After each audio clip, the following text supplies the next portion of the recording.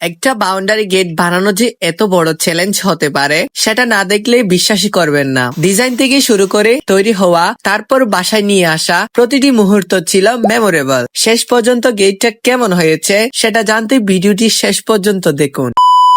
আসসালামু আলাইকুম। আজকের ভিডিওটা আমার জন্য অনেক স্পেশাল, কারণ আজ আপনাদের দেখাবো আমাদের বাসার নতুন মেইন বাউন্ডারি গেট। অনেকে জানতে চেয়েছিলেন গেট বানাতে কত টাকা খরচ হয়েছে, কতদিন সময় লেগেছে এবং কোন প্রতিষ্ঠান থেকে বানিয়েছি। সব প্রশ্নের উত্তর আজকের ভিডিওতে পেয়ে যাবেন। আর ভিডিও দেখতে দেখতে অবশ্যই কমেন্টে জানাবেন গেটের ডিজাইনটা আপনাদের কেমন লাগলো। আজকের আবহাওয়াটা ছিল একদম দারুণ, তাই ভাবলাম বের হয়ে দেখি গেটের কাজ কতটুকু এগিয়েছে। আমার সঙ্গে ছিল আমার ফুফাতো ভাই তামিম। আমি যে প্রতিষ্ঠানকে গেট তৈরির দায়িত্ব দিয়েছি, শুনলাম তারা নতুন অফিস স্টেশনে আছে, তাই আমি আর তামিম টমটমে করে রওনা দিলাম নতুন অফিস স্টেশনের উদ্দেশ্যে। সেখানে গিয়ে দেখা হয়ে গেল আপনাদের এবং আমার পরিচিত রবি ভাইয়ার সঙ্গে। ঈদের সময় হওয়ায় একজনের কাছ থেকে আরেকজনের সালামি নেওয়ার মজার দুষ্টুমি চলছিল।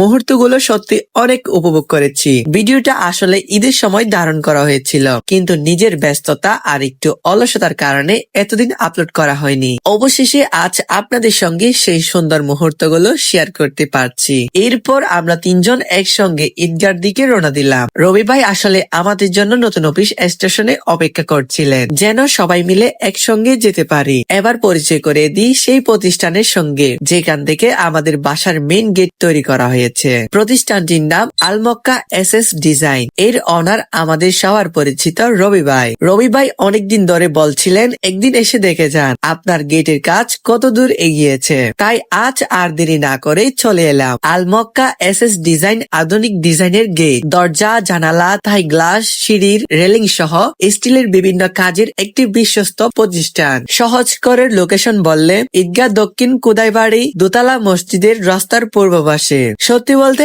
আমি যেভাবে ডিজাইন দেখিয়েছিলাম ঠিক সেইভাবে গেটটি তৈরি করে দিয়েছেন। কাজের ফিনিশিং এবং ডিজাইন দুটোই আমার কাছে অসাধারণ লেগেছে। পুরো গেট তৈরি করতে সময় লেগেছে প্রায় 8 থেকে 10 দিন। আমরা যখন দেখতে গিয়েছিলাম তখন কাজ প্রায় শেষ, শুধুই রঙের কাজ বাকি ছিল, সেটাও শেষ পর্যায়ে চলছিল। রং শুকানোর জন্য একটু সময় দরকার ছিল, তাই রবি ভাইকে বললাম শুক্রবার এসে গেট নিয়ে যাব। কথা মতো পরের দিন গেট বাসার উদ্দেশ্যে পৌঁছে দেয়। কিন্তু আসল চ্যালেঞ্জ শুরু হলো তখনই। আমাদের মহল্লার রাস্তা অনেক শুরু হওয়ায় এত বড় গেট ভেতরে নিয়ে আসা সত্যি কঠিন হয়ে গিয়েছিল।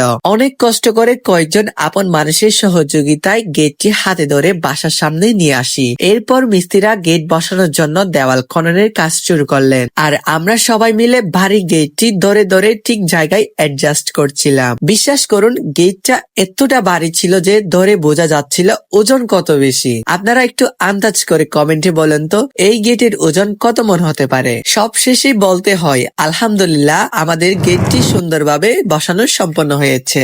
এখন আপনাদের কাছে আমার একটাই প্রশ্ন, গেটের ডিজাইনটা কেমন হয়েছে? আমার পছন্দ কি আপনাদেরও ভালো লেগেছে? অবশ্যই কমেন্ট করে জানাবেন। আর আপনিও যদি আপনার বাসার জন্য ছোট বড় যে কোনো আধুনিক ডিজাইনের গেট, দরজা, জানালা, থাই গ্লাস বা সিঁড়ির রেলিং তৈরি করতে চান, তাহলে নিশ্চিন্তে যোগাযোগ করতে পারেন আলমক্কা এসএস ডিজাইনে। ভিডিওর স্ক্রিনে এবং কমেন্ট বক্সে দেওয়ার নাম্বারে যোগাযোগ করুন।